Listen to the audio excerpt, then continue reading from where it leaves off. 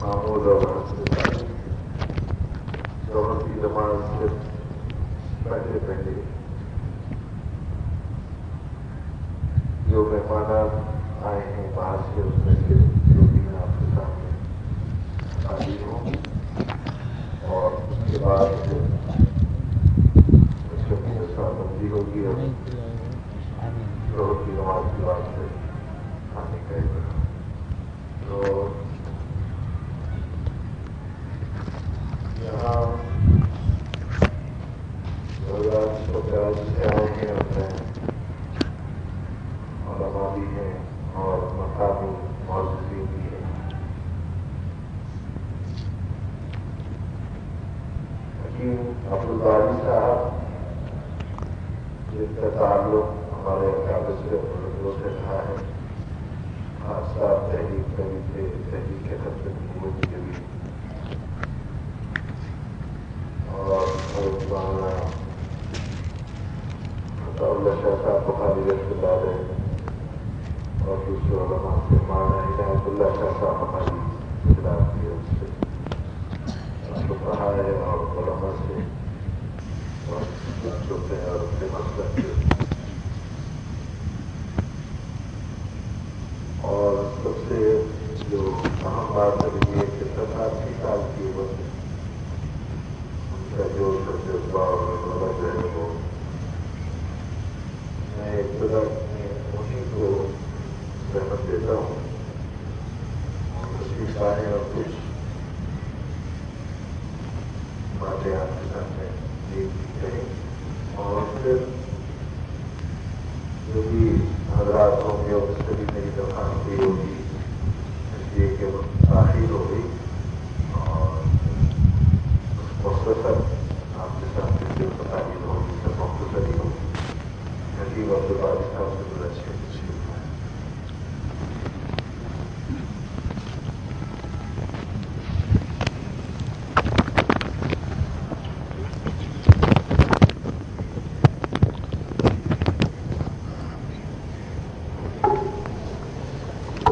نحمدہ ونصلی علی رسولہ الکریم، اما بعد، اعوذ باللہ من الشیطان الرجیم، بسم اللہ الرحمن۔ میں رب کریم کا کس زبان سے شکر ادا کروں کہ آج اس پاکیزہ اور مقدس مجلس میں، جس میں بخاری شریف کا ختم شریف ہو رہا ہے، حاضر ہونے کا شرف ہوا، اور حضرت مولانا صاحب کے توسط سے آپ کی خدمت میں کچھ گزارشات کرنے کی سعادت ملی۔ تقاریر تو سب ہوں گی، میں آپ کی خدمت میں کچھ بھولی بسری باتوں کا اشعار میں بھی تذکرہ کروں تاکہ بات میں کچھ لذت زیادہ ہو جائے۔ آج سے تقریباً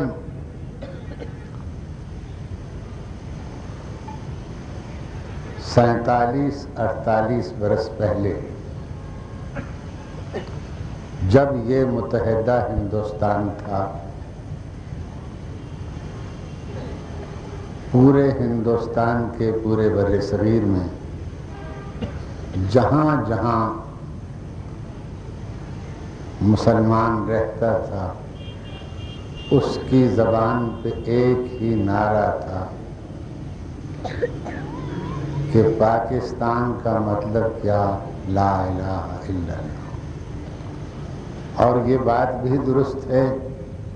کہ 1940 کی قرارداد میں پاکستان کو ایک اسلامی ریاست کا نام دیا گیا۔ وائب حسرتا کہ آج تک اس 47-48 سال گزرنے کے باوجود یہاں مختلف نظریاتی جماعتوں کی حکومت رہی، لیکن نظام شریعت یا نظام مصطفیٰ صلی اللہ علیہ وسلم کا قانون نافذ نہ ہو سکا، جس کی وجہ سے 23 برس کی عمر میں وہ پاکستان جس کے لیے لکھوکھا انسانوں نے اپنی ہر طرح کی قربانیاں دیں، ماؤں بہنوں بیٹیوں نے اپنی عصمت اور عفت کو قربان کیا، بے شمار بچے یتیم یسیر ہو گئے، لا تعداد مسلمان اور مسلمان زادیاں آفاج اور معذور ہوئے، ان کی قربانیوں کو ابھی شمار بھی کر نہ پائے تھے، وہ شہیدوں کا لہو ابھی خشک بھی نہ ہوا تھا کہ ہماری بدعمالیوں اور دین سے دوری نے ایک سزا کے طور پہ اللہ کا عذاب آیا ہم پہ اور ہمارا آدھا بازو کٹ گیا، پاکستان 2 لخت ہو گیا۔ کل تک جو پاکستان کہلا رہا تھا آج اس کے حصے پہ بنگلہ دیش بن گیا۔ اس کے بعد ضرورت اس ثمر کی تھی کہ ہم مسلمان جو اس بچے کچے ملک میں رہ رہے ہیں تمام اختلافات کو بالائے طاق رکھ کے اس میں بغیر کسی توقف کے، بغیر کسی حیل و حجت کے متفقہ طور پر اللہ کے قانون کو اس سرزمین پہ نافذ کرتے اور اللہ کو راضی کرنے کے لیے ایسے اقدامات کرتے کہ شاید رب کریم ہم سے پھر راضی ہو جائے اور ہماری جو تنگ شدہ زمین ہے، جیسے کہ اس کا فرمانا ہے کہ میں جن قوموں پہ عذاب نازل کیا کرتا ہوں ان کی زمینیں کاٹ دیتا ہوں، ان کی زمینیں تنگ کر دیتا ہوں، تو ممکن تھا کہ رب کریم ہم سے راضی ہوتا اور ہماری اس زمین کو پھر کشادہ کر دیتا۔ رب کریم راضی ہوا ان پہ، قرون اولیٰ کے مسلمانوں پہ، پیغمبر صلی اللہ علیہ وسلم پہ اور ان کے ساتھیوں پہ۔ صرف 12 سال کی عمر میں 36,000 قلعے، بستیاں اور شہر اللہ نے ان کی تصرف میں دے دی اور ان پہ وہ کامیاب اور کامران ہوئے، فتح حاصل کر۔ تو اس بات کی تھی، لیکن افسوس کہ ایسا نہ ہو سکا، بلکہ ہماری بدعمالیاں اور بڑھتی گئیں اور یہاں تک بڑھیں کہ آج ملک کے حالات ہم سے اور آپ سے پوشیدہ ہیں۔ تو عزیزان گرامی، بات یہاں کچھ اور رہی، لیکن اس کا حوالہ اس لیے ضروری تھا کہ آج بھی اگر اس ملک کی بقا ہے، آج بھی اس ملک پہ خدا کا غضبناک عذاب نہیں آ رہا ہے، خدا کا عذاب اگر آسمانوں پر ٹھہرا ہوا ہے، خدا کا عذاب اگر ڈھیل دے رہا ہے تو یقین جانیے وہ انہی لوگوں کی وجہ سے، وہ ایسے ہی مدارس کی وجہ سے ہے، وہ ان درویش صفت لوگوں کی وجہ سے ہے، وہ ان درویش صفت صوفیوں کی وجہ سے ہے جو آج بھی روکھی سوکھی کھا کر اللہ کے دین کو پھیلانے کے لیے، اللہ کے دین کو بلند کرنے کے لیے، اللہ کے دین کو دوسروں تک پہنچانے کے لیے، اللہ کے دین کو عام کرنے کے لیے اپنی تمام تر مشکلات کو برداشت کرتے ہوئے اس سلسلے کو جاری و ساری رکھا ہوا۔ یہ بڑی سعادت کی بات ہے، اور این سعادت بزور بازو نیست تا نہ بخشن خدائے بخشندہ۔ تو عرض کر رہا تھا کہ پاکستان جب بنا ہے تو اس وقت کچھ ہمارے تصورات تھے، میں نے ان تصورات کو چند اشعار میں ذرا بند کیا ہے، اجازت ہو تو وہ اشعار عرض کروں۔ حصول مملکت کے وقت سب نے عہد باندھا تھا، حصول مملکت کے وقت سب نے عہد باندھا تھا، ریاست ہوگی اسلامی نظام مصطفیٰ ہوگا۔ ریاست میں قرون اولیٰ کا معیار دیکھیں گے، ریاست میں قرون اولیٰ کا معیار دیکھیں گے، اور امیر شہر شہریوں کا پہرے دار دیکھیں گے، اور مسلمان مرد پھر شمشیر زن بن جائیں گے سارے، جہاد فی سبیل اللہ پھر اپنائیں گے سارے، مسلمان زادیوں پہ چادر شرم و حیا ہوگی، لڑکپن ہی میں مذہب سے نئی نسل آشنا ہوگی، اور مسلمان خدا کی بندگی سے زندگی کی ابتدا ہوگی، خدا کی بندگی سے زندگی کی ابتدا ہوگی، مسلمانوں میں باہم بھائی چارے کی فضا ہوگی، اور بڑی پاکیزگی پیش نظر ہوگی، تجارت میں کریں گے روز و شب محنت، زراعت اور صنعت میں ہر ایک شعبے سے وابستہ ملازم پارسا ہوں گے، وطن کے باوفا اہل وطن کے خیر خواہ ہوں گے، مگر افسوس پھر کفران نعمت کر رہے ہو تم، مگر افسوس پھر کفران نعمت کر رہے ہو تم، ریاکاری خدا اور مملکت سے کر رہے ہو تم، خدا سے حصول مملکت کے وقت جو جو عہد باندھے تھے، حصول مملکت کے بعد سب وعدے بھلا بیٹھے، خدا کو چھوڑ کر فرقوں سے ناطے جوڑ بیٹھے ہو، خدا کو چھوڑ کر فرقوں سے ناطے جوڑ بیٹھے ہو، کہیں پختون سرحد ہو، کہیں مہران والے ہو،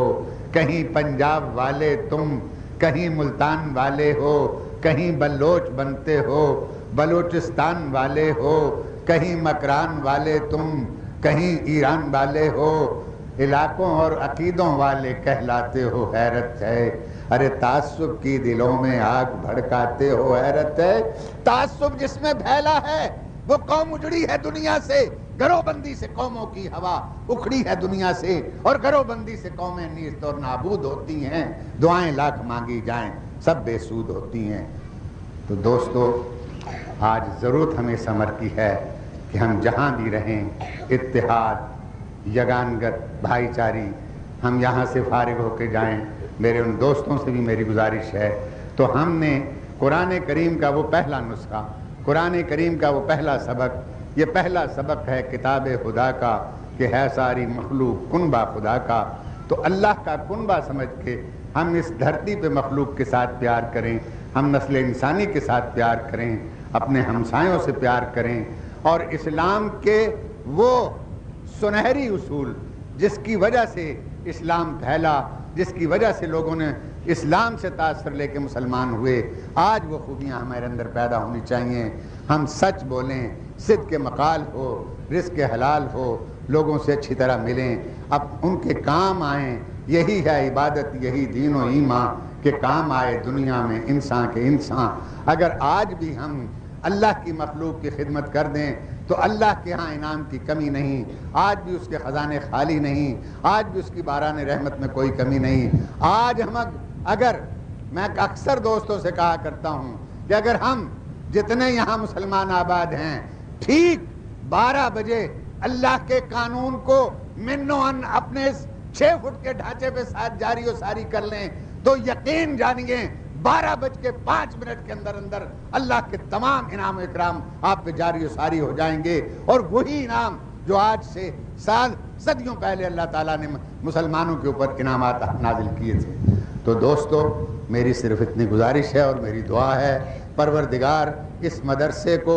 اتنا کامیاب کرے، اتنا کامیاب کرے کہ یہاں سے فارغ التحصیل طلباء پوری دنیا کے اندر بالخصوص اس خطہ باب الاسلام میں ایسا دین پھیلائیں، ایسا دین پھیلائیں کہ اس کو صحیح معنوں میں خطہ باب الاسلام بنا دیں۔ یہاں اس خطے میں جب داخل ہو تو یہاں کے طلبہ، یہاں کے اساتذہ، یہاں کے جناب مدرس، یہاں کے استاد، ان سب کا ایسا تذکرہ ہو کہ یہ خطہ باب الاسلام سے فارغ التحصیل طلبہ، یہاں ہر طرف جناب مساوات ہو، محبت ہو، قوت ہو۔ وآخر الدعوانا الحمدللہ رب العالمین۔ السلام علیکم۔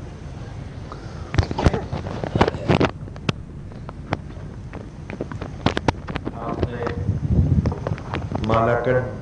کا نام سنا ہوگا، اور خاص طور پہ جب سے وہاں شریعت کے نفاذ کی تحریک چلی، وہاں ہمارے ساتھ اس وقت مولانا محمد زادہ صاحب ہیں جو کراچی میں مقیم ہیں، لیکن ان حضرات سے جو مالاکنڈ میں اس وقت نفاذ شریعت کے لیے کوشش کر رہے ہیں، ان کے ساتھ رابطے بھی ہیں ان کے، اور ویسے بھی ان کے لیے اور بھی بہت سی ذمہ داریاں ہیں جو پوری کر رہے ہیں۔ آج میری دعوت پہ میرے ساتھی اس وقت تشریف لائے ہیں۔ میں مولانا محمد زادہ صاحب سے گزارش کرتا ہوں کہ وہ بھی مختصراً آپ کے سامنے اظہار خیال فرمائیں۔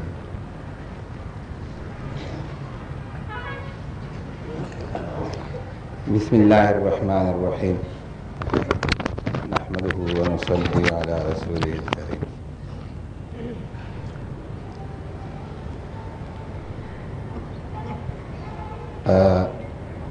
اکابرین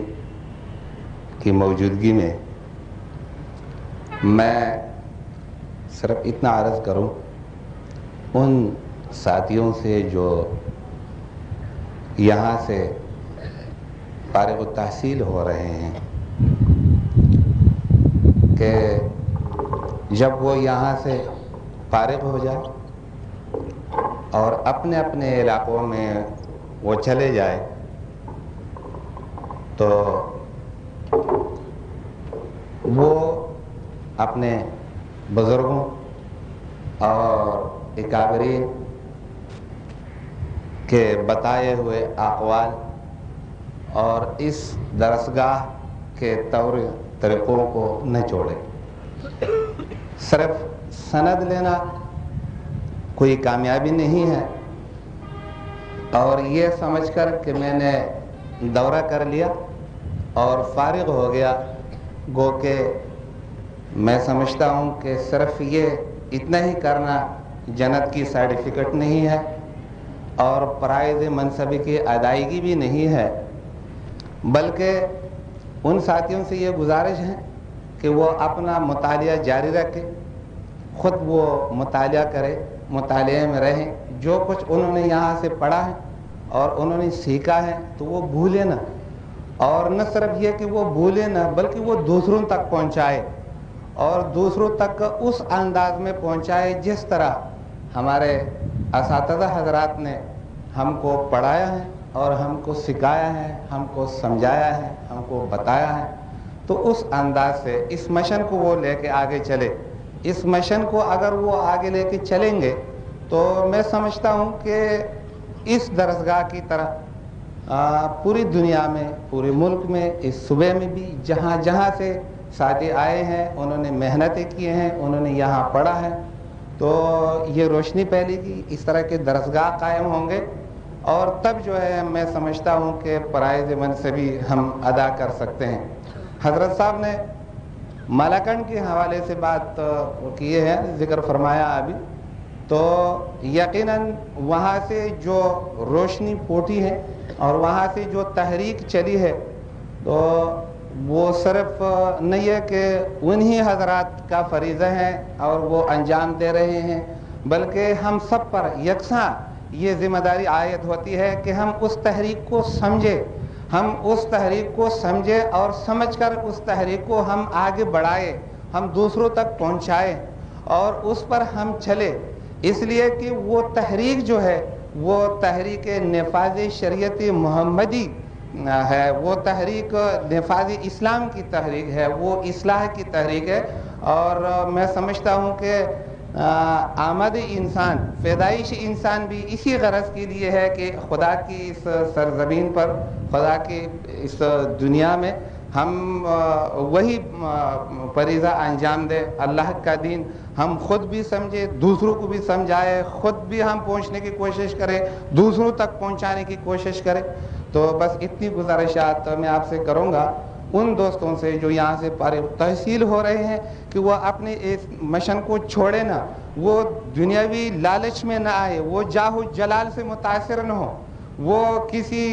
کسی بھی مطلب ہے کہ یعنی دنیاوی جو منصب ہے وہ پارٹی کا ہے، وہ مطلب ہے کہ گروپ بندی کا ہے، فرقہ بندی کا ہے، علاقیت کا ہے، وہ اس سے متاثر نہ ہو، اور وہ صرف اور صرف اللہ کی رضا کے لیے وہ کام کرے۔ اور جب وہ یہ کریں گے تو میں سمجھتا ہوں کہ بہت ہی کامیابی ہوگی، بہت ہی کامیابی ہوگی۔ اور میری دعا ہے کہ یہاں سے جب آپ جائیں تو آپ اپنے اپنے علاقوں میں کامیاب رہے۔ وآخر الدعوانا ان الحمدللہ۔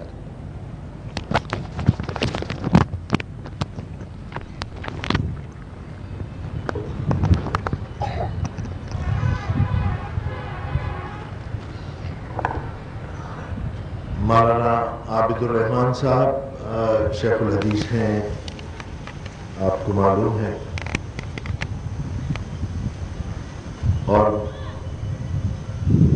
میرا ان سے رشتہ بھی عجیب ہے کہ وہ میرے دوست بھی ہیں اور میرے استاد بھی ہیں۔ میں نے مولانا عابد الرحمان صاحب سے قدوری شریف پڑھی، اور یہ سارا ہی گھرانہ ایسا ہے کہ ان میں کسی بھائی کو چھوٹا کہنا یا بڑا کہنا سمجھ میں نہیں آتا، کس کو چھوٹا کہیں کس کو بڑا کہیں۔ ان کے یہاں ماشاءاللہ سبھی بڑے۔ مفتی اشفاق الرحمان صاحب ان کے والد گرامی تھے رحمۃ اللہ علیہ، میرے ابتدائی طالب علمی کے زمانے میں حیات تھے، یہیں سامنے ان کا مزار ہے۔ اور ان تمام بھائیوں سے میرے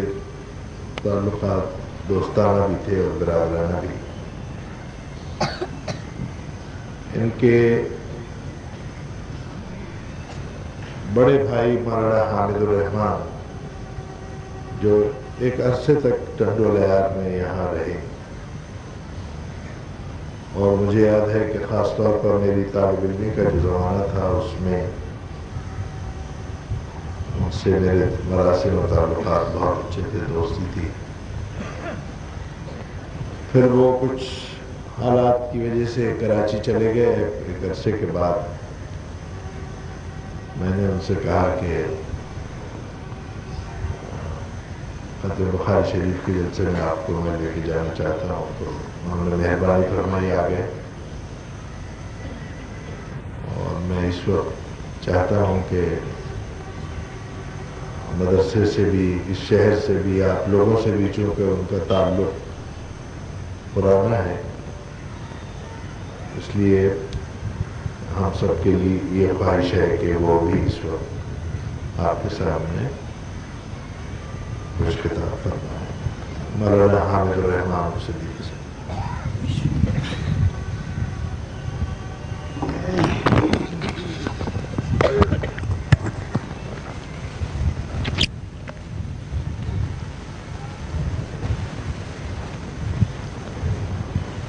الحمدللہ رب العالمین والعاقبۃ للمتقین والصلاة والسلام علی خیر خلقہ سیدنا و نبینا و مولانا محمد وعلی آلہ و اصحابہ اجمعین۔ اما بعد فاعوذ باللہ من الشیطان الرجیم، بسم اللہ الرحمن الرحیم۔ انما یخشی اللہ من عبادہ العلماء، صدق اللہ مولانا العظیم۔ محترم جناب مولانا اکرام الحق صاحب تھانوی اور جناب مولانا عابد الرحمان صاحب اور اساتذہ دارالعلوم اور مہمانان گرامی اور عزیز طلبہ، میرے لیے یہ وقت انتہائی مسرت اور خوشی کا ہے، اور میری خوش قسمتی اور سعادت کہ میں مولانا کی دعوت پر یہاں مولانا کی دعوت پر یہاں حاضر ہوا، اور آپ سب حضرات کی خدمت میں چند باتیں میں اس وقت مختصراً کہنا چاہتا ہوں، جو خاص طور سے متعلق ہیں اس دارالعلوم سے اور علم سے اور علماء سے۔ اس دارالعلوم سے بھی میرا قریبی اور قدیمی تعلق رہا ہے۔ یہ آپ کا دارالعلوم جو دارالعلوم الاسلامیہ اشرف آباد کے نام سے مشہور ہے، سن 1950 عیسوی میں قائم ہوا، اور میرے والد بزرگوار جناب مولانا اشفاق الرحمن صاحب کاندھلوی یہاں پر تشریف لائے اور اس دارالعلوم سے دسمبر سن 50 میں وابستہ ہوا۔ میرا قیام بھی ان کے ساتھ یہیں رہا، اور 2 سال 52 اور 53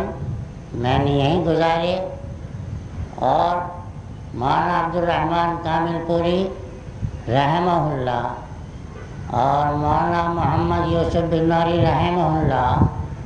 اور جناب قاری عبدالمالک صاحب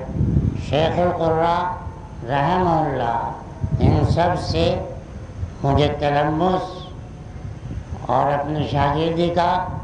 فخر حاصل ہے، اور یہ تمام باتیں میرے لیے باعث فخر ہیں۔ اللہ تعالیٰ اللہ رب العزت سے اس مبارک موقع پر دعا ہے کہ اللہ رب العزت ان تمام بزرگان دین کو اور ان اکابر علماء کو اپنے جوار رحمت میں جگہ عطا فرمائے اور بلند درجات پر فائز فرمائے، اور ہم سب کو، مجھے بھی اور آپ کو اور سب کو، ان کی صحیح معنوں میں علمی اور عملی اولاد بنائے۔ شاید جو طالب علم میرے سامنے موجود ہیں ان کو یہ معلوم نہ ہو کہ یہ حضرات علماء کیسے تھے، لیکن وہ اگر ان کی سیرتیں دیکھیں گے، ان کی تاریخ پڑھیں گے، جو کتابیں ان کے حالات میں آئی ہیں ان کا مطالعہ کریں گے، تو اندازہ ہو جائے گا کہ نہ صرف بر صغیر پاک و ہند کے یہ بڑے علماء تھے، بلکہ اپنے علم و عمل کے لحاظ سے بھی تمام عالم اسلام کے ممتاز علماء تھے۔ یہ جو میں نے ابھی نام لیے، والد صاحب قبلہ رحمہ اللہ، مولانا اشفاق الرحمن کاندھلوی، یہ خاص الخاص شاگرد رشید تھے مولانا اشرف علی تھانوی رحمہ اللہ کے، اور حضرت مولانا خلیل احمد سہارنپوری کے۔ ایسے ہی جناب مولانا عبدالرحمن کامل پوری اور جناب مولانا یوسف بنوری رحمہ اللہ، یہ سب کے سب بہت چیدہ اور ممتاز اور چنے ہوئے عالم تھے، اور خاص طور سے میں ذکر کروں گا شیخ الاسلام علامہ ظفر احمد عثمانی رحمہ اللہ تعالی، وہ ان کا ذکر کروں گا، کیونکہ مولانا عبدالرحمن کامل پوری رحمہ اللہ کے تشریف لے جانے کے بعد یہاں اس حدیث کو اور ختم بخاری کے اور شیخ الحدیثی کے عہدے کو انہوں نے زینت بخشی۔ وہ جگر گوشہ دیوبند تھے اور شیخ الاسلام تھے، اور علامہ شبیر احمد عثمانی کے بعد سب سے بڑا درجہ علم و عمل کے اندر مولانا ظفر احمد عثمانی کا تھا، اور مولانا اشرف علی تھانوی کے جتنے علوم تھے وہ سب ان کے اندر جمع تھے۔ میری خوش قسمتی ہے کہ میں ان سے ارادت اور بیعت کا تعلق رکھتا ہوں۔ میں حضرت مولانا ظفر احمد عثمانی رحمہ اللہ کا مرید ہوں، اور سب سے زیادہ خوش قسمتی اس وقت جو مجھے خوشی حاصل ہو رہی ہے وہ یہ ہے، اور یہ اللہ تعالیٰ کا بہت بڑا انعام اور اس کا بہت بڑا فضل و کرم ہے، اور یہ ایسی اس کی مہربانی ہے کہ ہم لوگ اس کا شکریہ ادا نہیں کر سکتے۔ وہ یہ ہے کہ یہی میرے چھوٹے بھائی جناب مولانا عابد الرحمن صاحب کانلوی شاگرد رشید ہیں مولانا ظفر احمد عثمانی رحمہ اللہ۔ انہوں نے بخاری شریف پڑھی مولانا ظفر احمد صاحب سے، اور آج اللہ نے ان کو یہ سعادت بخشی کہ یہ بخاری شریف ختم کرا رہے ہیں، اور یہ بخاری شریف میں مجھے بھی انہوں نے دعوت دی اور میں بھی حاضر ہوا۔ لیکن بڑی عبرت ہے اور بڑی نصیحت ہے، اور ہم سب کے لیے جو بھی یہاں موجود ہیں،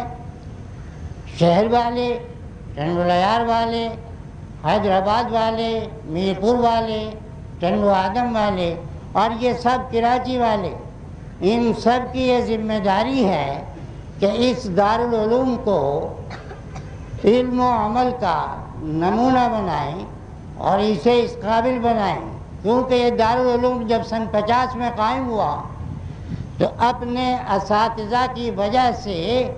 پورے پاکستان کا ممتاز دارالعلوم تھا،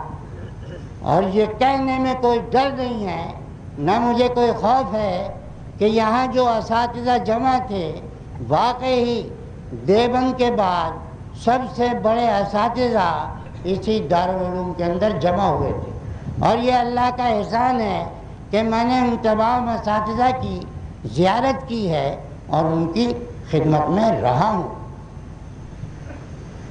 والد صاحب کا جہاں تک تعلق ہے تو سن 45 سے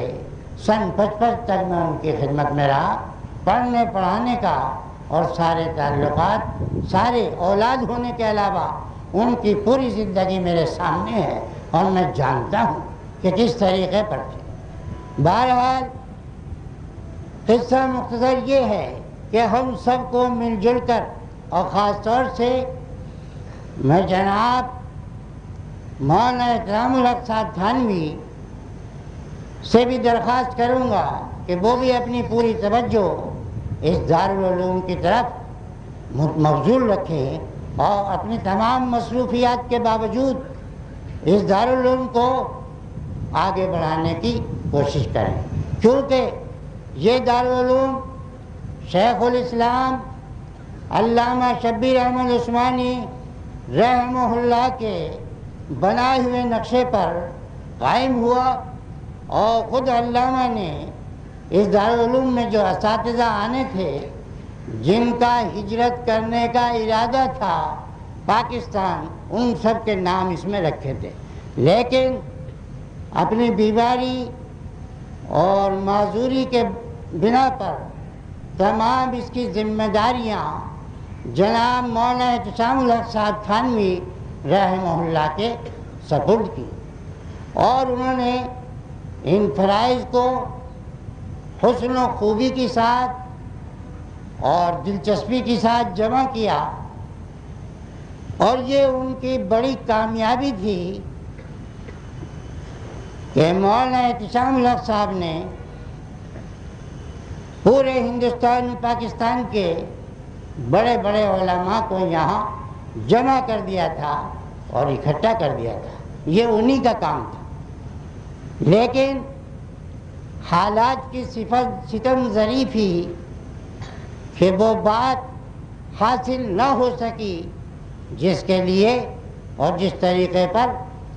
یہ دارالعلوم قائم کیا گیا تھا۔ اس کی بات بھی دارالعلوم کی ایسی ہے جیسے ہمارے ابھی حکیم صاحب نے کہا،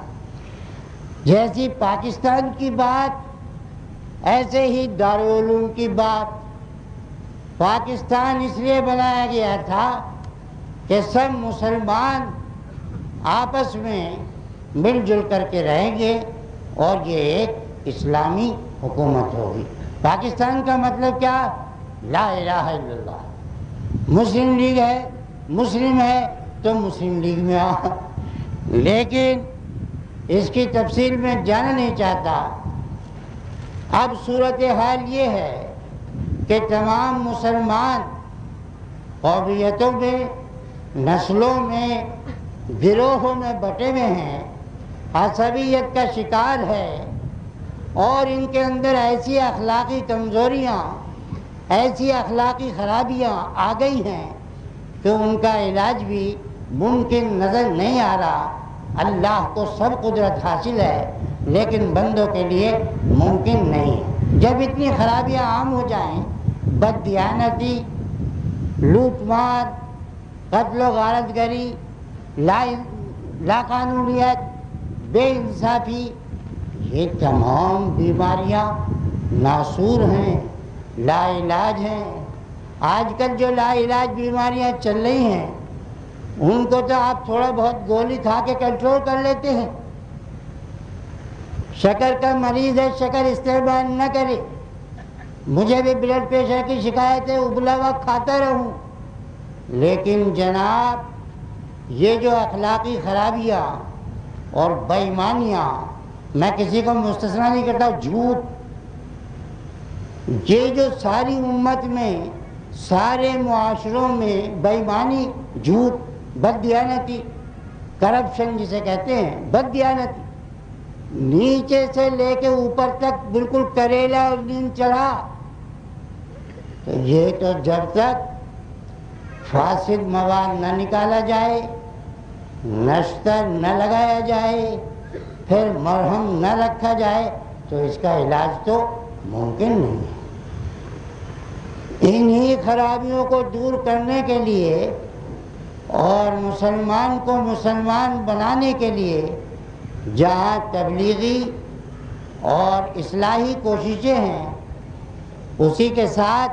یہ دینی مدارس بھی ہیں۔ دینی مدارس کا ہونا ہمارے لیے انتہائی ناگزیر ہے۔ اس کے بغیر مسلمان کی زندگی قائم نہیں رہ سکتی۔ ایک مسلمان نہیں رہ سکتا بغیر علماء کے اور بغیر تعلیم کے۔ مسلمان کا بحیثیت مسلمان کے باقی رہنا بہت مشکل ہے۔ میں تفصیل میں جاؤں گا، پوری تاریخ ہے۔ بر صغیر 100 برس کے اندر برطانیہ کے زمانے میں ان علماء نے اور ان مدارس والوں نے اور ان طلباء نے اللہ کے دین کو محفوظ رکھا۔ قال اللہ اور قال الرسول کہنے والے موجود رہے۔ 100 برس برطانیہ رہا۔ یہ قازقستان، یہ ترکمانستان، یہ ساری ریاستیں جو آزاد ہوئی ہیں، اس میں کوئی قال اللہ قال الرسول کہنے والا نہیں ہے۔ یہ دیوبند کا کام تھا، یہ مدارس کا کام تھا کہ انہوں نے اس آواز کو باقی رکھا ہے۔ لیکن تمام تر کوششوں کے باوجود، تمام دینی تحریکوں اور مذہبی جماعتوں اور مدارس کے باوجود کسی کے کان پہ جوں نہیں رینگ رہی۔ صبح سے شام تک ٹی وی دکھایا جا رہا ہے، اس میں مسلمان بچوں کو ناچ گانے کی تعلیم دی جا رہی ہے، اور جو کچھ وہ VCR پر دیکھ رہے ہیں وہی اپنی عملی زندگی میں کرتے جا رہے ہیں۔ مطلب یہ ہے کہ برائی جس تیز رفتاری کے ساتھ آئی ہے،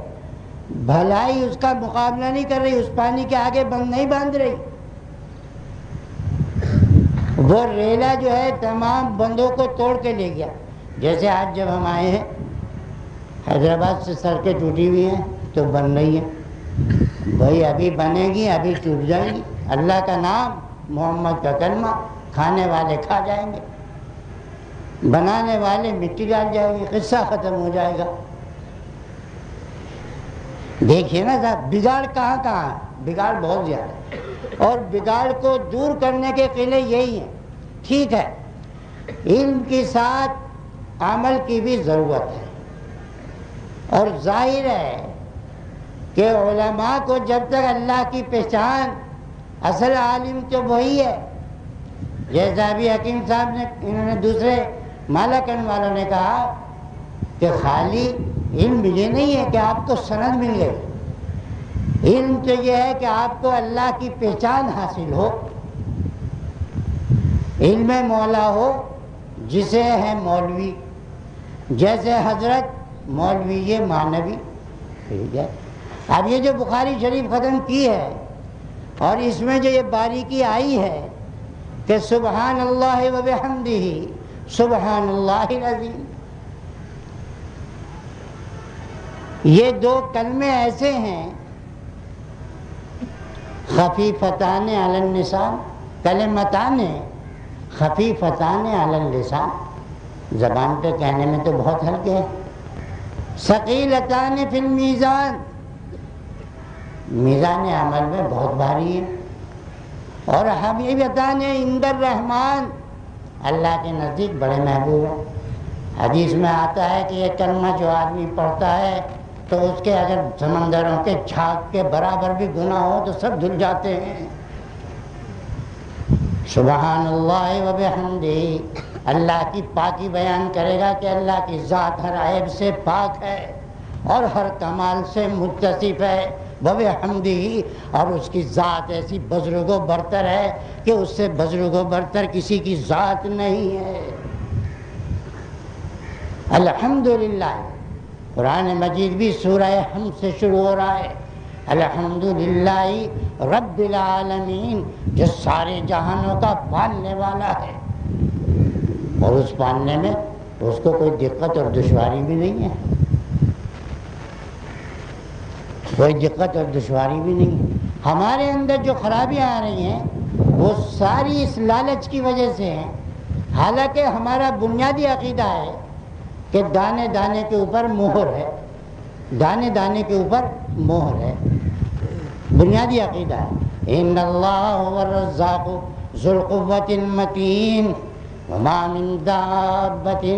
فی الارض الا علی اللہ رزقها، زمین پر کوئی رینگنے والا جانور بھی ایسا نہیں ہے جس کی روزی اللہ کے ذمے نہ ہو۔ اللہ یقبض و یبسط، اللہ ہی روزی کو فراخ کرتا ہے، اللہ ہی روزی کو تنگ کرتا ہے، کھول دیتا ہے جس پر چاہے، تنگ کر دیتا ہے جس پر چاہے۔ حدیث میں آ رہا ہے کہ انسان جلدی کر کے اپنے لیے حرام کو حلال کو حرام کر لیتا ہے، اگر انتظار کرتا تو جو روزی لکھی ہوئی تھی وہی اس کو مل جاتی۔ پرندے خالی پیٹ نکلتے ہیں اور پیٹ بھرے ہوئے واپس ہوتے ہیں، پرندے۔ جو اللہ پرندوں کو بھی بھوکا واپس نہیں کرتا، وہ انسان کو کیسے بھوکا رکھ سکتا ہے؟ ہاں، یہ ہے کہ الصدق یہدی الی البر، سچ بولنا اور سچائی ہے، اور امانت اور دیانت یہ آدمی کو نیکی کی طرف لے جاتی ہے۔ آدمی جب ایک نیکی کرتا ہے تو دوسری نیکی کی توفیق ہوتی ہے، یہاں تک کہ اللہ کے یہاں نیکوکاروں میں صدیقوں میں لکھ لیا جاتا ہے۔ بھائی یہ تو سارا فلسفہ ہے، گھر بیٹھے کچھ نہیں ملتا، محنت کرو، کام کرو۔ دنیا کے لیے بھی آدمی محنت کرتا ہے، روٹی کے لیے اتنی محنت کر رہا ہے، کچھ دین کے لیے بھی محنت کرے تو اللہ آسانی کر دیں گے، اللہ تمام حالات کو درست کر دیں گے۔ نہیں ہے نا امید اقبال اپنی کشت ویرا سے، مجھے بڑی عبرت ہو رہی ہے۔ میں نے اس کا دارالعلوم کا ابتدائی زمانہ جبکہ تمام اکابرین موجود تھے یہ بھی دیکھا ہے اور آج کا بھی دیکھ رہا ہوں، تو دعا ہے بہرحال، نا امیدی کی کوئی بات نہیں ہے، نہیں ہے نا امید۔ اقبال اپنی کشت ویرا سے ذرا نم ہو یہ مٹی تو بہت زرخیز تھا، ابھی بھی کچھ نہیں کیا۔ توبوا الی اللہ توبۃ نصوحا، اللہ کے سامنے خالص توبہ کرو، اپنے اعمال کو درست کرو، اپنے عقیدوں کو درست کرو۔ اور جو یہاں کے طلباء ہیں، خاص طور سے جو اس سال فارغ التحصیل ہوئے ہیں، وہ کچھ پڑھنے پڑھانے کی اور دین کی خدمت کی ہمت کریں اپنے اپنے علاقوں میں، اور کچھ نہ کچھ ذکر و شغل میں اور اللہ کی یاد میں اور توبہ اور استغفار میں بھی وقت گزاریں۔ کہنے کو تو بہت کچھ دل چاہتا ہے اور گھنٹہ 1.5 گھنٹے تک میں بولتا رہتا، مگر بس میری اتنی نصیحت ہے طلباء کے لیے بھی اور علماء کے لیے بھی اور اپنے لیے بھی کہ اللہ تعالی ہم سب کو ہمت اور توفیق عطا فرمائے دین کی خدمت کی، دین کی خدمت کی، علم کی خدمت کی، اور حضور اکرم صلی اللہ علیہ وسلم کی سنت کی پیروی کی۔ کوئی عمل بھی، سن لیجیے میری بات، کوئی نیکی کا کام بھی اس وقت تک مقبول نہیں ہے اللہ کے ہاں، قبولیت کا درجہ نہیں پاتا جب تک وہ سنت کے مطابق نہ ہو اور اخلاص کے ساتھ نہ ہو۔ جب تک اللہ کی رضامندی اور خوشنودی کے لیے نہیں پاتا ہرگز بھی۔ اور حدیث میں آتا ہے کہ اگر کوئی آدمی اللہ کے راستے میں مال دیتا ہے اور صدقہ اور خیرات کرتا ہے، تو اگر اس کے پاس وہ غریب ہے، کچھ دینے کو بھی نہیں ہے، تو اگر وہ ایک چھوارا بھی دیتا ہے تو اللہ رب العزت اخلاص کے ساتھ اللہ کے راستے میں ایک کھجور، ایک چھوارا بھی دیتا ہے تو اللہ رب العزت اس کو اپنے دانے ہاتھ میں پالتے رہتے ہیں، اور قیامت کے روز اس کا ثواب جو ہے اور اس کا بدلہ احد پہاڑ کے برابر ہوگا۔ یہی حال تمام نیکیوں کا ہے جو سنت کے مطابق اخلاص کے ساتھ انجام دی جائے۔ انما الاعمال بالنیات، ابھی بخاری شریف پڑھی گئی ہے، سب سے پہلی حدیث یہی ہے امام بخاری کی، اور جناب مولانا صاحب نے بھی اشارہ کیا، انما الاعمال بالنیات وانما لكل امرئ ما نوى فمن كانت هجرته الى الله ورسوله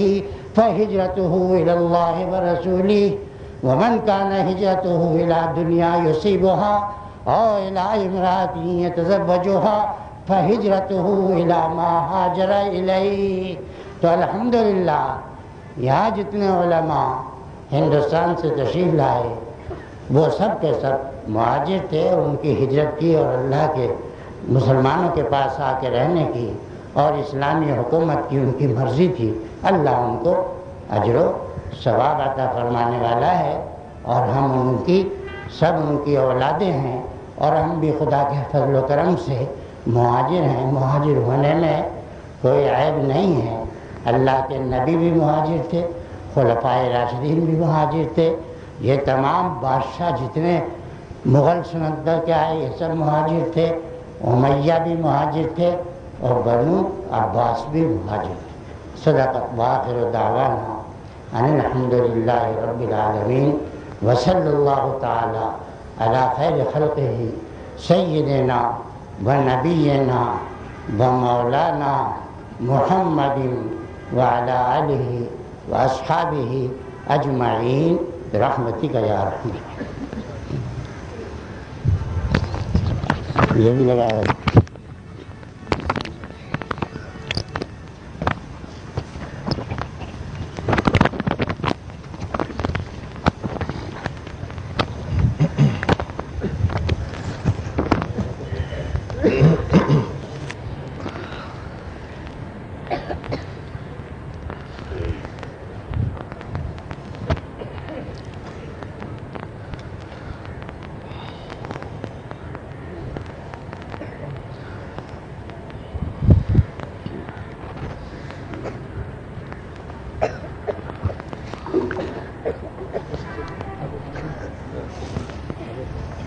کیا چیز؟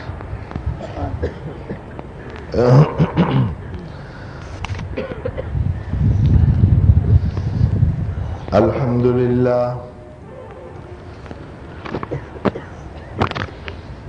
الحمدللہ نحمده ونستعینه ونستغفره ونؤمن به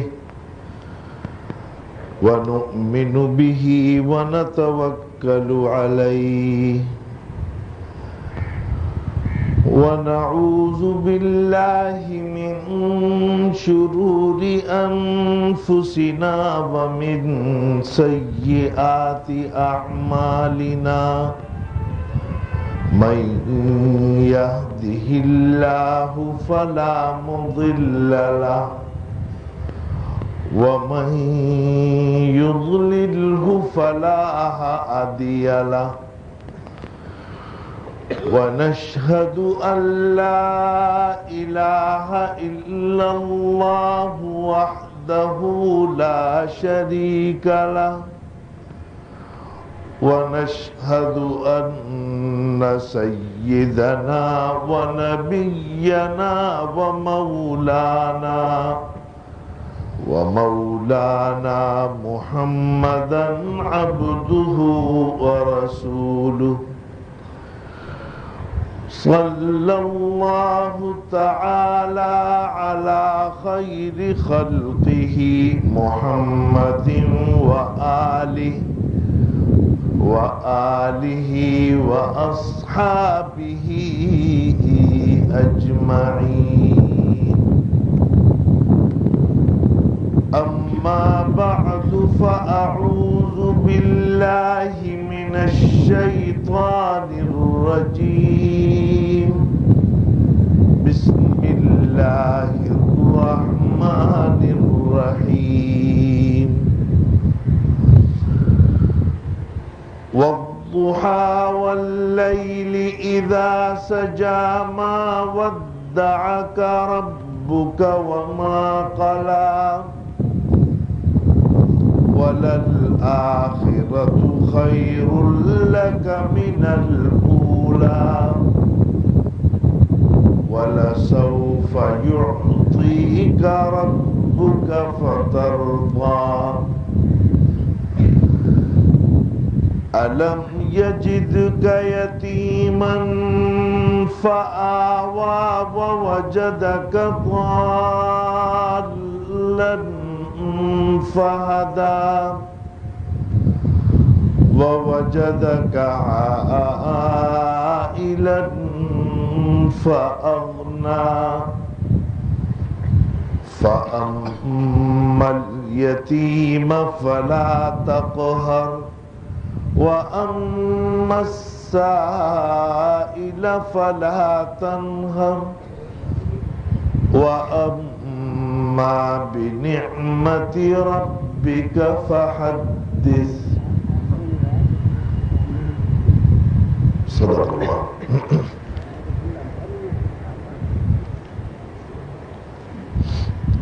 حضرات علماء کرام،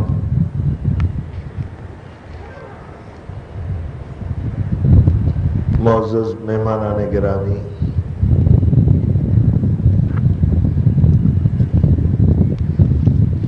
عزیز طلباء، بزرگان محترم اور برادران عزیز،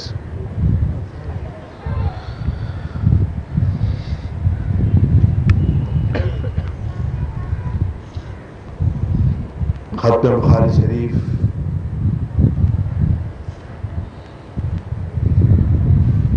کا سالانہ درس جو کم و بیش انہی دنوں میں ہر سال ہوتا ہے،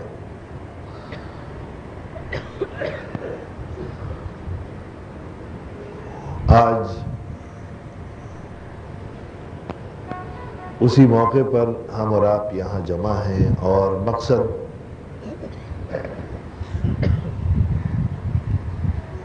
ختم بخاری شریف کے درس میں شرکت کر کے اجر و ثواب اور برکات حاصل کرنا، بنیادی مقصد یہی ہے. اور اس موقع پر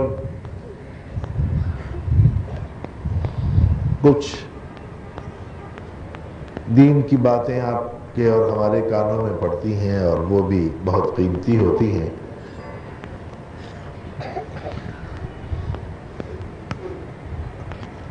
لہذا اس سلسلے میں ظہر سے پہلے آج کی اس نشست کو اختتام تک پہنچائیں گے اور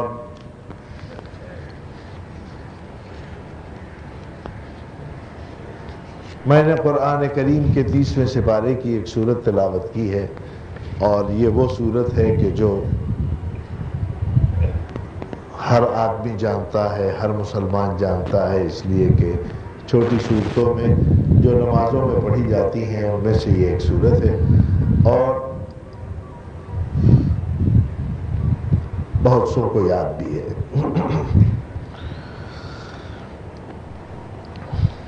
مجھے پوری سورت کے بارے میں تو کچھ عرض نہیں کرنا ہے، میں نے تبرکاً تلاوت کر دی، لیکن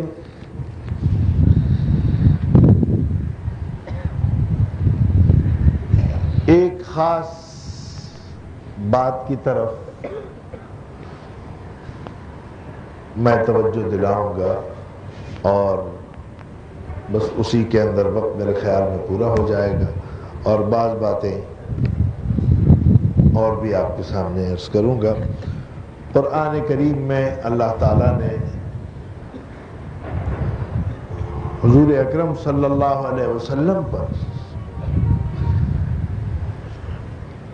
اس صورت میں 3 انعامات کا ذکر کیا ہے. فرمایا کہ الم یجدک یتیما فآویٰ،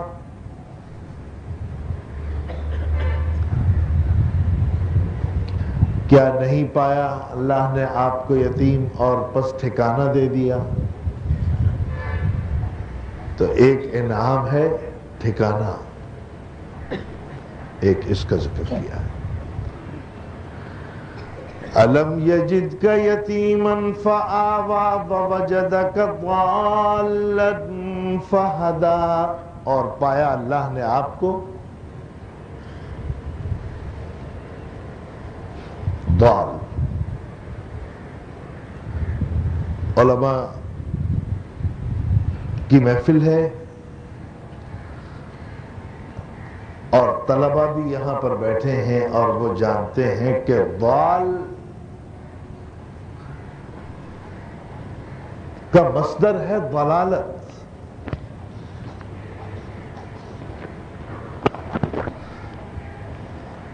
اور ضلالت کے معنی اگر لغت میں آپ اٹھا کے دیکھیں گے تو ضلالت کے معنی ہے گمراہی کے. یہ ہر جمعے کو خطبہ سنتے ہیں آپ، ابھی مجھ سے آپ نے خطبہ سنا وَمَن يُضْلِلْهُ فَلَا هَادِيَ لَهُ، جس کو اللہ گمراہ کر دے اس کو ہدایت دینے والا کوئی. مَن يَهْدِهِ اللَّهُ فَلَا مُضِلَّ لَهُ، اور جس کو اللہ ہدایت دے دے اس کو گمراہ کرنے والا کوئی نہیں. ضلالت کے معنی گمراہی کے. میری عادت نہیں ہے، اور میری کیا عادت نہیں ہے بھائی، ہم نے تو اپنے بڑوں سے یہی سیکھا ہے اور کبھی بھی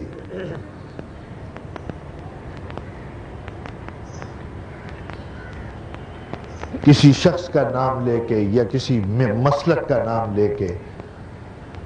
آپ اگر مسلک کو گالی دیں گے تو آپ اپنے مسلک کی کوئی خدمت نہیں کر رہے.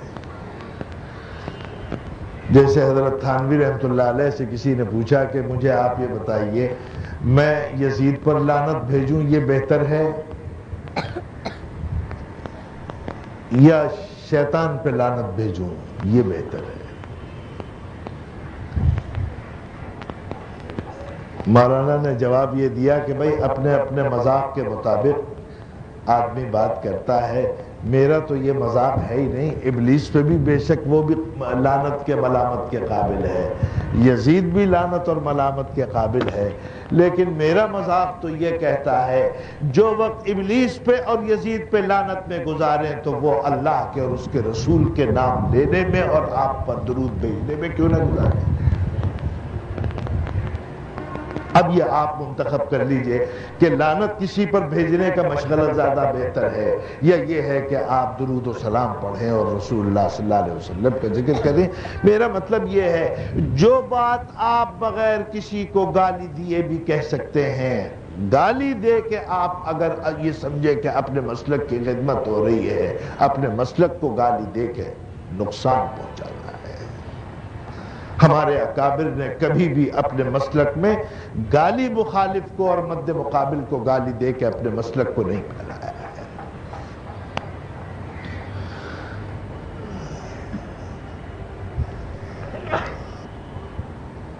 ایک یہاں پر ہمارا اور آپ کا مسلک معلوم ہے کیا ہے، آپ کو بھی معلوم ہے، مجھے بھی معلوم ہے۔ ہم اکابرین دیوبند کی جوتیوں کی خاک ہیں،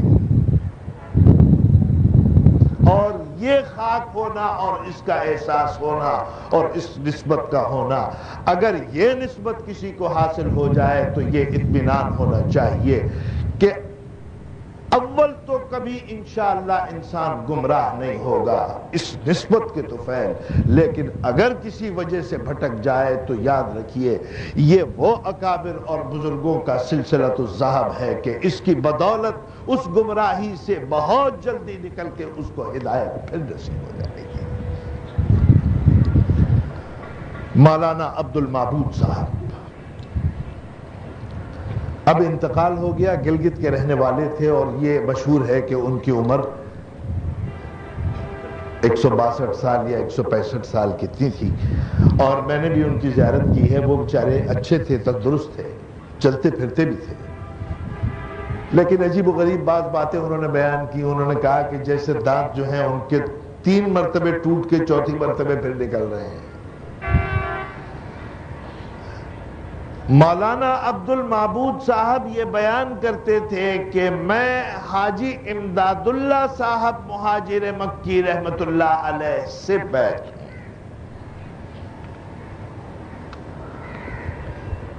اور عمر میں وہ اتنے بڑے تھے کہ حضرت تھانوی رحمت اللہ علیہ کو ذکر کرتے تھے،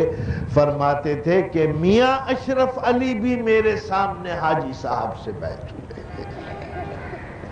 یعنی حضرت تھانوی رحمت اللہ علیہ عمر میں مولانا عبد المعبود سے چھوٹے تھے، اور 20 سال پہلے مولانا عبد المعبود بیعت ہوئے ہیں حاجی صاحب سے، اور 20 سال کے بعد تقریباً مولانا تھانوی رحمت اللہ علیہ حضرت حاجی صاحب سے بیعت ہوئے ہیں۔ بڑا فرق ہے۔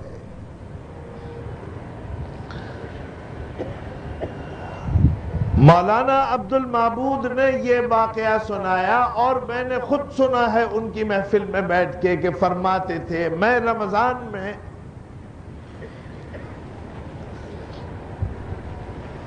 مکہ معظمہ میں بیت اللہ الحرام میں میں تھا، اور 27ویں شب کہا کہ لیلۃ القدر میں نے پائی۔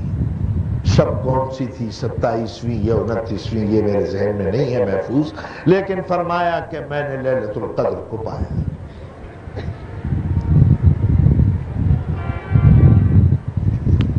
صبح کو اپنے حضرت سے، شیخ سے، حضرت حاجی صاحب سے یہ میں نے بیان کیا کہ میں نے رات لیلۃ القدر کو پایا۔ حاجی صاحب خوش ہوئے اور سینے سے لگایا اور یہ پوچھا کہ بھائی عبد المعبود، تم نے لیلۃ القدر کو پایا تو لیلۃ القدر میں تم نے دعا کیا مانگی؟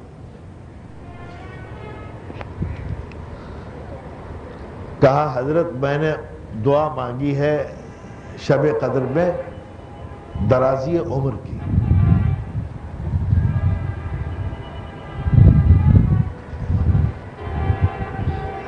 حاجی صاحب رحمت اللہ علیہ نے پوچھا کہ درازی عمر کی جو تم نے دعا کی تو ایمان کی دعا نہیں کی؟ سبحان اللہ. یہ جواب میں چاہتا ہوں کہ آج کے طلباء اپنے ذہن میں محفوظ رکھیں. مولانا عبد المعبود نے یہ جواب دیا کہ حضرت آپ سے جو نسبت ہے اس نسبت کی بدولت یہ تو یقین ہے کہ اللہ نے ایمان نصیب فرما دیا ہے، اس میں تو شک و شبے کی گنجائش ہے ہی نہیں. اب اپنے اعمال سے اور دوسری وجوہات سے اگر ایمان میں کوئی خامی اور کمزوری ہو تو درازی عمر کی دعا میں نے اس لیے مانگی ہے کہ ایمان کی اس خامی کی درازی عمر کے ساتھ ساتھ تلافی کرتا رہوں گا. ایمان کے ہونے میں مجھے کوئی شبہ نہیں ہے کہ میرے پاس ایمان ہے نہیں. یہ نسبت ہے، یہ وہ اکابر ہے. میں عرض کر رہا ہوں ہم سب اور آپ انہی اکابر کے کفش بردار اور ان کی جوتیوں کی خاک ہیں کہ جن سے نسبت کی بدولت اس میں شک و شبہ کی گنجائش باقی نہیں رہتی کہ اللہ نے ہم کو ہدایت نصیب فرما دی.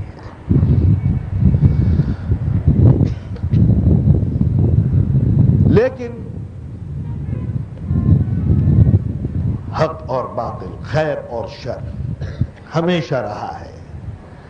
ہمیشہ رہے گا.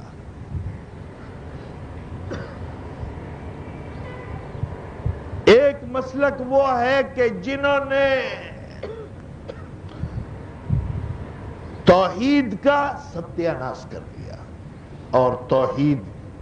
کا تصور ہی ختم کر دیا. اللہ ایک، یہ تصور کہ اللہ ایک، اس کی ذات ایک، وہ اور اس کا کوئی ساجی اور شریک نہیں، نہ اس جیسا کوئی، نہ اس جیسے اقتدار والا کوئی، نہ اس جیسے اختیار والا کوئی. یہ تصور توحید کا جو تھا وہ مسلمانوں کے ذہن سے، سادہ لوح مسلمانوں کے ذہن سے مٹا دیا. کیا تصور ہوا؟ تصور یہ ہوا کہ بھائی جب اللہ، وہی بات قرآن کریم نے کہا،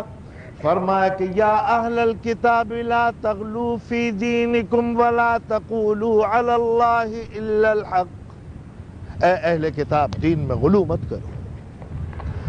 اہل کتاب کا غلو یہ تھا کہ اہل کتاب نے نبی کا مرتبہ بڑھا کے اللہ کے برابر، بلکہ اللہ سے نبی کا مرتبہ زیادہ کر دیا. کہا کہ یہ نبی نہیں ہے، یہ تو اللہ کے بیٹے ہیں. اللہ کے بیٹے ہیں، اور بیٹے بھی ایسے ہیں کہ باپ کی وجہ سے بیٹے کی قدر نہیں ہو رہی ہے، بلکہ بیٹے کی وجہ سے باپ کی قدر ہو رہی ہے.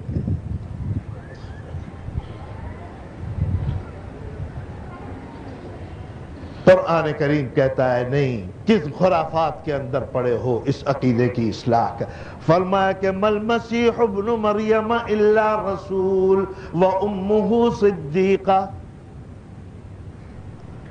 جو تم تصور کرتے ہو. پھر کہا کہ یا اہل الکتاب لا تغلوا فی دین میں غلو کرنا یہ ہے کہ تم نبی کا مرتبہ خدا تک پہنچا دو، خدا کا مرتبہ گھٹا دو، کسی کا مرتبہ بڑھا دو. جو بات دین میں عقیدے میں شامل نہیں تھی اس کو ایک عقیدے کے طور پہ شامل کرنا، یہ غلو فی دین ہے.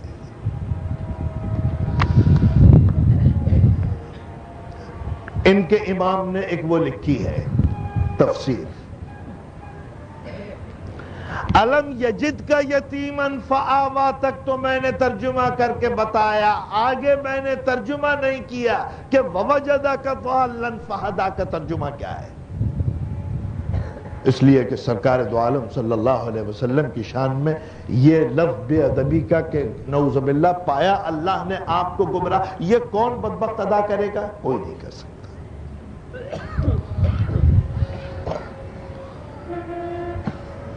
اور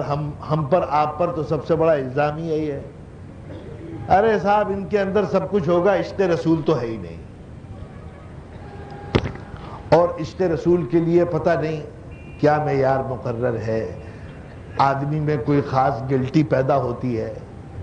یا کوئی سینگ برآمد ہوتا ہے کہ جس سے عشق رسول کا پتہ چلے. بھئی عشق رسول، عشق اور محبت کا تعلق قلب سے ہے، اس پہ تبصرہ کرنا تمہارا ممکن ہی نہیں ہے کہ کس کے دل میں کس کی محبت ہے یا نہیں، یا وہ محبت کرنے والا جانے یا اس کا محبوب جانے کہ محبت ہے یا نہیں. تم کون ہو؟ سبحان اللہ، سبحان اللہ، سبحان اللہ. نہیں صاحب، ہمارے اندر تو بہت محبت ہے. دیکھیے، اگر وہ کہتے ہیں کہ یہ کون ترجمہ کر سکتا ہے بوجدک ضالا فہدا، اس کے معنی تو یہ ہوں گے کہ پایا اللہ نے نبی کو اور رسول اللہ صلی اللہ علیہ وسلم کو نعوذ باللہ گمراہ. ضال کا ترجمہ گمراہ ہے. کہا نہیں بھائی نہیں، ان کی تفسیر میں یہ لکھا ہے، ان کا قرآن اٹھا کے ترجمے کا جو ان کا ہے پڑھیے، اس میں یہ لکھا ہے پایا اللہ نے آپ کو از خود رفتہ. اب فارسی پڑھنے کا تو رواج رہا نہیں، ہم نے بھی ایسی تھوڑی بہت پڑھی تھی اور وہی آج کچھ کام آ جاتی ہے. آپ کو میں بتا دوں کہ از خود رفتہ کا کیا ترجمہ ہے. از خود رفتہ کا وہ ہے، اس کا ترجمہ یہ ہے کہ جس آدمی کو اپنا بھی ہوش نہ ہو، اس کو کہتے ہیں از خود رفتہ. وَوَجَدَكَ ضَالًّا فَهَدَىٰ کا ترجمہ یہ ہے کہ اور پایا اللہ نے آپ کو اپنی محبت میں از خود رفتہ. کہا یہ بے ادبی ہم نہیں کرتے، دیکھو کتنا اچھا ہمارے امام صاحب نے، خان صاحب نے ترجمہ کیا ہے. اچھا، تو اگر اللہ کی راہ میں کوئی اپنے آپ کو بھول جائے تو پھر آگے کہتا ہے قرآن کے فہدا، اس کا مطلب یہ کہ پھر ہدایت جو ملی اللہ کی راہ میں گم ہونے کے بعد پھر کس چیز کی ملی؟ اللہ کی راہ میں از خود رفتہ ہونا تو خود ہدایت ہے. لیکن قرآن کے اگر آپ کا ترجمہ مان لیا جائے تو اس کا مطلب یہ ہے کہ قرآن کا ترجمہ مسخ ہو گیا. اور پایا اللہ نے آپ کو اپنی محبت میں از خود رفتہ، تو ترجمہ بے شک رسول اللہ کی محبت اور عشق جو ہے دل میں، اس کے بغیر ایمان مکمل نہیں ہو سکتا. لیکن یاد رکھو، اگر قرآن کے ایک نقطے میں ایک شوشے کے اندر اگر تحریف ہوگی تو بھی ایمان باقی نہیں رہ سکتا. جو قرآن کہتا ہے وہ تم کہو تو وہ ثواب اور صحیح ہے، اور تم کہو کہ جی اس میں قرآن کا ترجمہ تو کر نہیں سکتا، میرے دل میں تو رسول اللہ کی بہت محبت. معلوم یہ ہوا نہ رسول کی محبت تمہارے دل میں، نہ خدا کی محبت تمہارے دل میں. ایک جہل مرکب ہے کہ جس کے اندر تم اپنے آپ کو سب کچھ سمجھتے ہو کچھ نہیں. خیر، مولانا تھانوی رحمۃ اللہ علیہ کے پاس یہ آیا مسئلہ کہ وَوَجَدَكَ ضَالًّا فَهَدَىٰ کا ترجمہ کیا ہو. مولانا نے فرمایا کہ از خود، اور پایا اپنی محبت میں اللہ نے آپ کو از خود رفتہ. فرمایا کہ یہ ترجمہ تو ان کے معیار پر درست ہوگا، لیکن قرآن کا مفہوم تو ختم ہو گیا. قرآن تو یہ نہیں کہہ رہا ہے، اور اگر کہہ رہا ہے تو فہدا، پھر ہدایت کس بات کی دے دی؟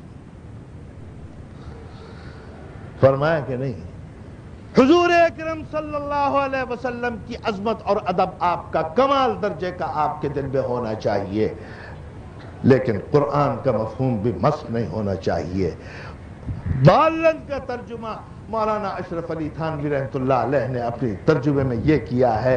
اور پایا اللہ نے آپ کو ناواقف پس واقف کرا دیا.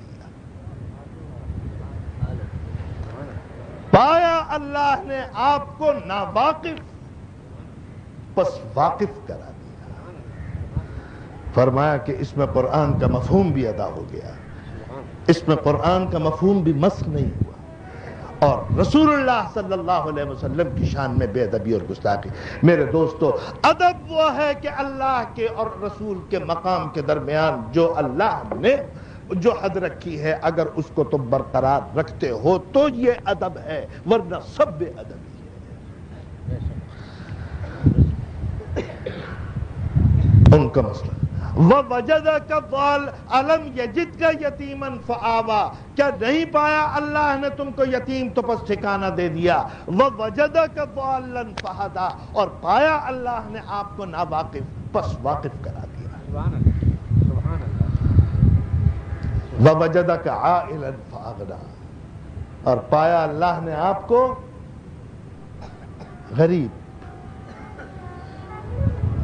مسکین آپ کو پایا، آپ کے پاس پیسہ نہیں، آپ کے پاس دولت نہیں ہے، فَأَغْنَىٰ، بس غنی بنا دیا۔ یہ تین انعامات کا ذکر کر کے اب آگے بتا رہے ہیں کہ اب کرنا کیا چاہیے۔ یہ تین انعام جو آپ کے اوپر کیے گئے ہیں، ان تینوں انعام کے بدلے میں آپ کیا کریں؟ فرمایا کہ آپ یہ کریں کہ آپ کے پاس مال و دولت نہیں تھی، اللہ نے مال و دولت عطا فرما دی۔ آپ یتیم تھے، بے ٹھکانہ تھے،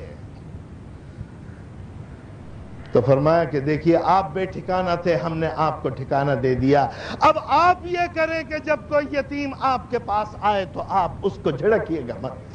اس پہ سختی نہ کیجیے گا۔ کیوں؟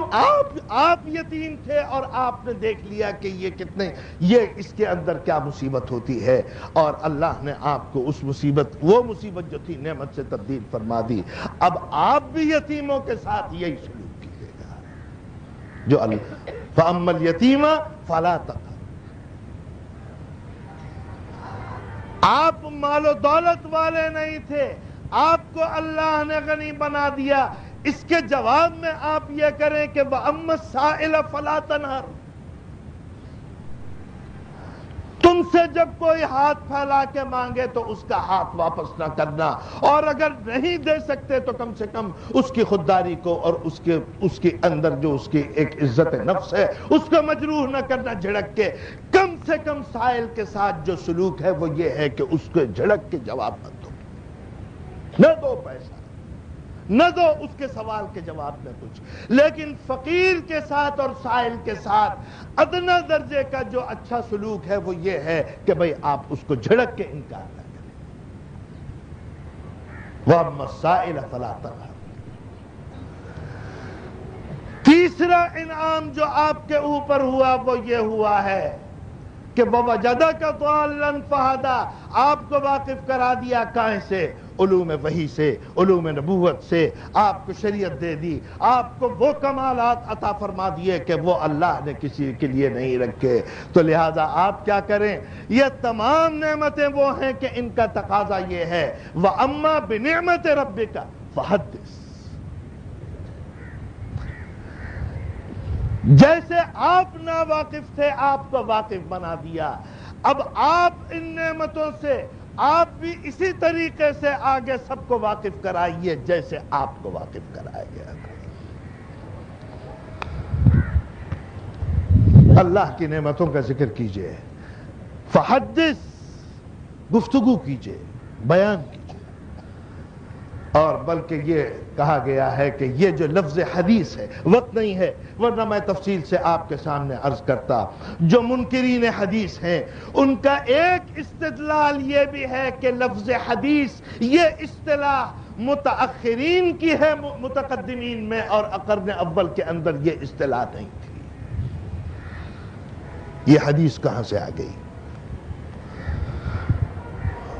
ایک تو یہ کہ میرے یہاں پر خود بھی اساتذہ بیٹھے ہیں، اور دوسری بات یہ کہ بھائی بعض دفعے آدمی حجت کرے تو پھنس جاتا ہے، اقرار کر لے تو چھوٹ جاتا ہے۔ تو میری عادت نہیں ہے حجت کرنے کی، لیکن میں اعتراف کرتا ہوں آپ کے سامنے، کسی کا بڑا اچھے سے فرمایا کہ فرمایا کہ ماں ہرچے خواندہ ایم فراموش کردہ ایم،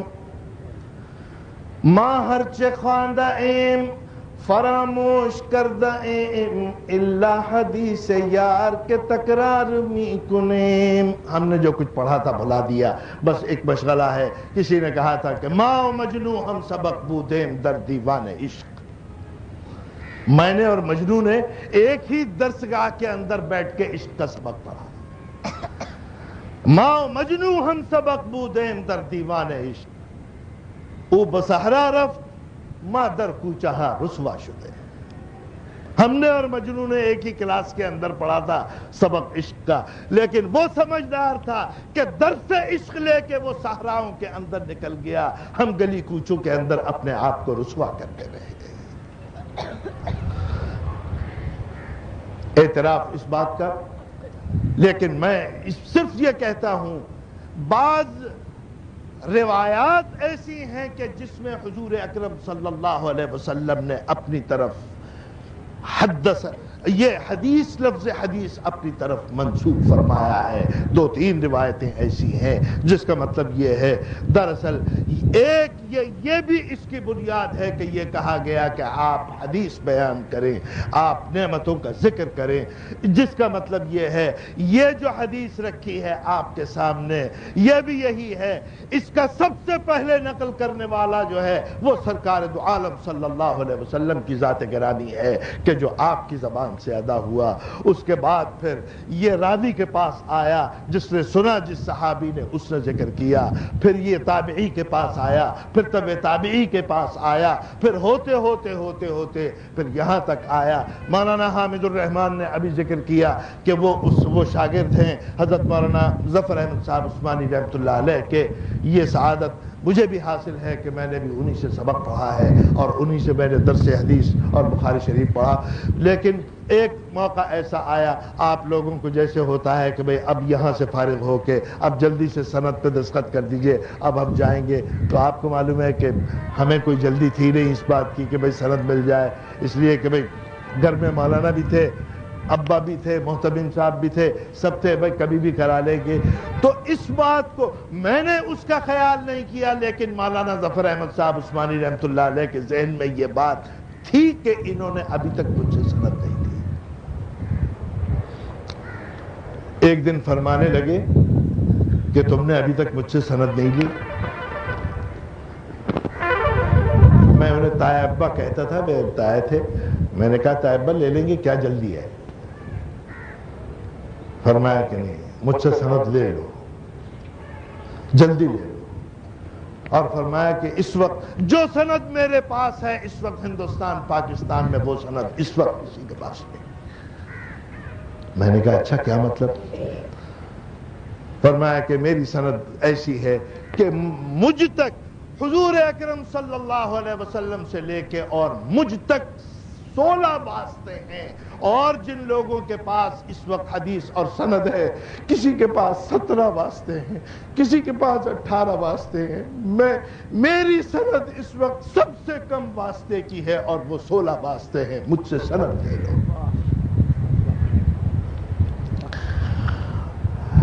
یہ جو سند آپ کے پاس ہے، یہ جو کتاب رکھی ہوئی ہے، یہ وہی ہے کہ وَأَمَّا بِنِعْمَةِ رَبِّكَ فَحَدِّثْ، اس کو پھیلاؤ آگے۔ جو نعمت آج تمہیں ملی ہے درس بخاری کی شکل کے اندر، اس کا بھی جواب یہی ہے کہ وَأَمَّا بِنِعْمَةِ رَبِّكَ فَحَدِّثْ۔ اگر تم نے بخاری شریف کو یہاں سے اٹھا کے اب اس کے بعد زندگی میں خدا نہ کرے کہ اب یہ کبھی دوبارہ ہاتھ لگا، اگر ایسا کیا تو تم نے اپنے ساتھ بھی ظلم کیا، بخاری شریف کے ساتھ بھی ظلم کیا، اساتذہ کے ساتھ بھی کیا، سب کے ساتھ کیا۔ اس کو مشغلہ اپنا بنا کے رکھنا چاہیے، اور وہی سب کچھ جو میں نے عرض کیا، اللہ تعالیٰ نے جو انعامات فرمائے ہیں، اللہ تعالیٰ پھر یہی چاہتا ہے کہ آپ اپنے بندوں کے ساتھ بھی پھر وہی سلوک کریں جو آپ کے ساتھ کیا گیا۔ یہ تعلیم اس میں دی گئی ہے۔ بہرحال 1:30 بج رہا ہے اور اب ظہر کا بھی وقت قریب ہے۔ یہ تو وہ باتیں تھیں کہ جو معمول کے مطابق آپ کے سامنے عرض کی گئیں، اور بھائی حامد الرحمن صاحب نے بھی بعض باتیں اشارتاً کہیں۔ میں بھی چاہتا ہوں کہ اس وقت آپ کے سامنے مختصراً ایک دو باتیں عرض کروں، اور وہ یہ ہے کہ ابا کا انتقال ہوا ہے سن 1980 میں، اور یہ 1995 ہے، 15واں سال اب شروع ہو رہا ہے۔ وہ حضرات ابھی حیات ہیں،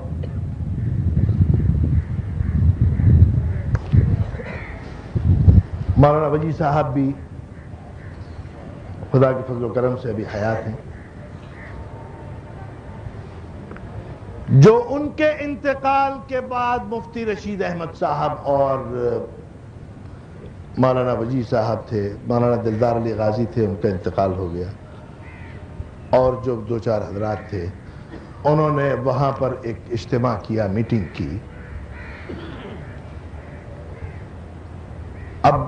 دو چیزیں ہیں، کیا مولانا کی اولاد میں کوئی ایک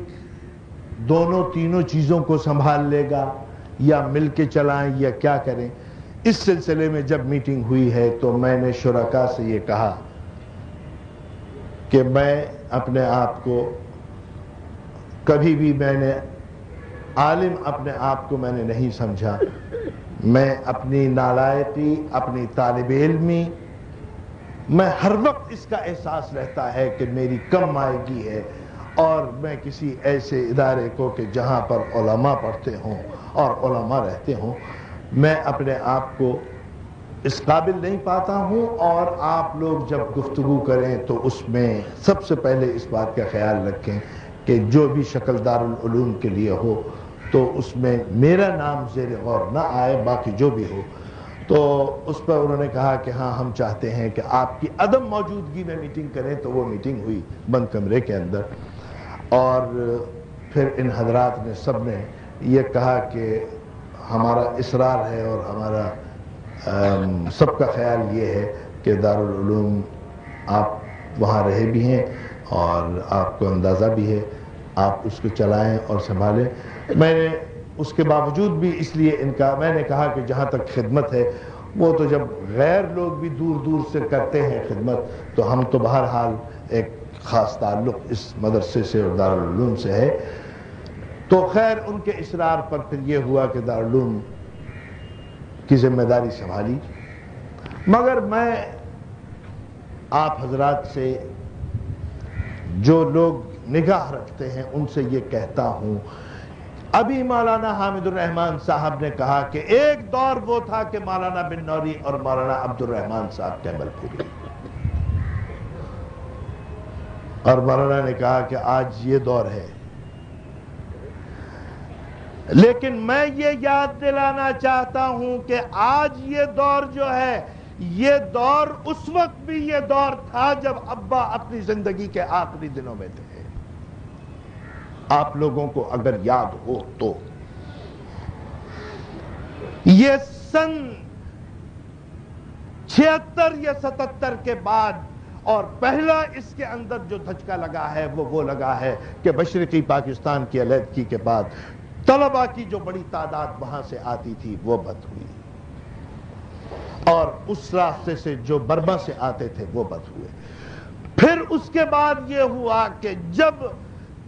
ابا کا انتقال سے پہلے کچھ حالات اور صورتحال ایسی ہوئی کہ مدرسے کے لیے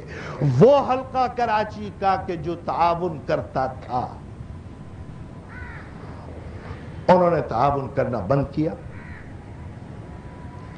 میں آپ کو